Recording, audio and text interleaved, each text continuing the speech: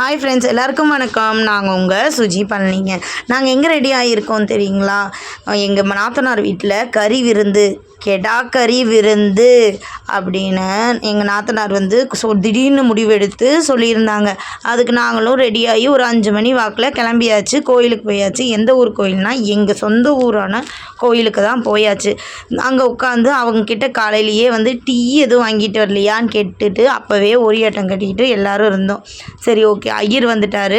அவனுக்கு வந்து வாங்க தீர்த்தம் தெளிச்சு விட்றேன் அப்படின்னாங்க. என்னடா தீர்த்தம் தெளிச்சு விட்றாங்க? சரி, மூஞ்சியில் கேனா எல்லாருக்கும் தீர்த்தம் தெளிச்சு விடுவாங்களே, அந்த மாதிரி தீர்த்தம் தெளிச்சுடுவாங்க. நாங்கள் தீர்த்தம் தெளிச்ச அப்புறம் நீங்கள் போய் மொட்டை அடிக்கலாம் அப்படின்னு சொன்னாங்க. சரி, நாங்களும் வந்துட்டு என்னடா தீர்த்தம் தெளிக்க போகிறாங்கன்னு பார்த்தா 2 சொட்டு தண்ணி எடுத்து அவன் மண்டைக்குழப்பு மேலே போட்டாங்கங்க. சரின்ட்டு நாங்களும் வந்துட்டு என்னடா இதுன்னு யோசிச்சு பார்த்துட்டு சரி வாடா போகலாம் அப்படின்னு சொல்லி அவங்க அம்மாவும் கூட்டிகிட்டு வந்துட்டா. அதுக்கப்புறம் நாங்களும் மடமடன் வெளியே வந்து மெதுவாக போய் நின்றுட்டு இருந்தோம். பார்த்தா மொட்டை அடிக்கிறவரை வந்து காணோம்.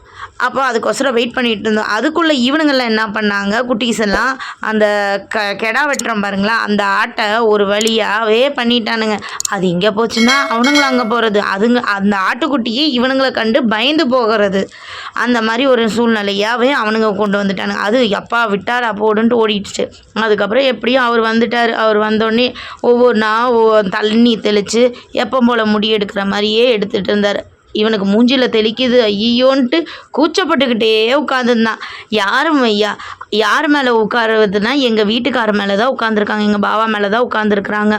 சரின்ட்டு அவனை முடி எடுக்கவே அவன் நொய்யின்னு ஆஹா சீக்கிரமாக எடுங்க, இல்லைன்னா எனக்கு போதும்னு முடி எடுக்கவே சொல்ல ஆரம்பிச்சிட்டான்.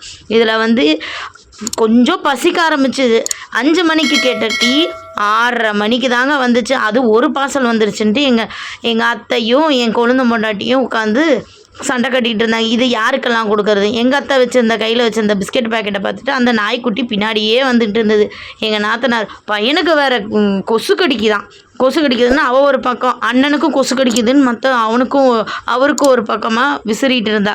சரின்ட்டு அவன் போதும் எடுக்கவே போதும் கூசுதுன்ட்டே சொல்லிட்டு இருந்தான். சரி அப்பாடா முடிஞ்சிச்சுடா சக்ஸஸ் அப்படின்னு சொல்லி ஒரு தம்ஸ்அப் கொடுத்துட்டு மாமனும் மருமகனும் கிளம்பிட்டாங்கங்க. குளிச்சுட்டு வர்றதுக்குள்ளே பூஜையா வேலையெல்லாம் பண்ணிடலாம், சாமி கும்பிட்டு நம்ம பாட்டில் மலான்னு கிளம்பிக்கலான்னு சொன்னாங்க.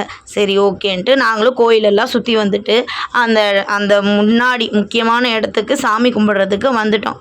இதுதான் அந்த ஆட்டுக்குட்டி. அதை அவன் பிடிச்சிட்ருக்கான் பாருங்களேன். ஏதோ ஆடு மேய்க்கிறவனாட்டவே பிடிச்சிட்ருக்கிறான். கரெக்டாக பர்ஃபெக்டாக அமைஞ்சிச்சு அவனுக்கு. ஆனால் அவன் இழுக்க அந்த ஆடு வந்து தண்ணி தாகத்துக்கே போக ஆரம்பிச்சிருச்சு.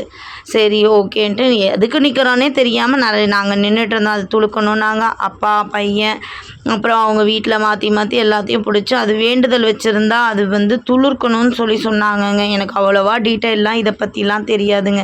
என்னமோ சாமிய விஷயம், அதாவது பாரம்பரியமாக எல்லாம் பண்ணிகிட்ருக்காங்க. அது அவங்க போக்கிலே விட்டுறணும். நம்ம எதுவுமே நம்மளுக்கு தெரியாததை நம்ம ரொம்ப இன்டர்ஃபியர்லாம் பண்ணக்கூடாதுங்க. அதுக்கப்புறம் என்னங்க, மெதுவாக எல்லோரும் ஒவ்வொருத்தர் மூஞ்சி ஒவ்வொருத்தர் பார்த்துக்கிட்டே அந்த இடத்துலேருந்து வந்துட்டோம். மெயினாக எது முக்கியம் வந்தோம், சோறுங்க. சோறு ரெடி ஆயிடுச்சு. கறி விருந்தோட சோறு, சிக்கன், மட்டன் கிரேவி, மீன் வறுவல், ஒரு முட்டை, தண்ணி குழம்பு, சாப்பாடு பக்கா சூப்பர். வந்த வேலை முடிஞ்சது. எங்கள் நாத்தனாருக்கு ஒரு பாய் சொல்லிட்டு நாங்கள் கிளம்பிட்டோம். Thank you for watching Suji Palani YouTube channel. Subscribe பண்ணுங்கள், லைக் பண்ணுங்கள், ஷேர் பண்ணுங்கள்.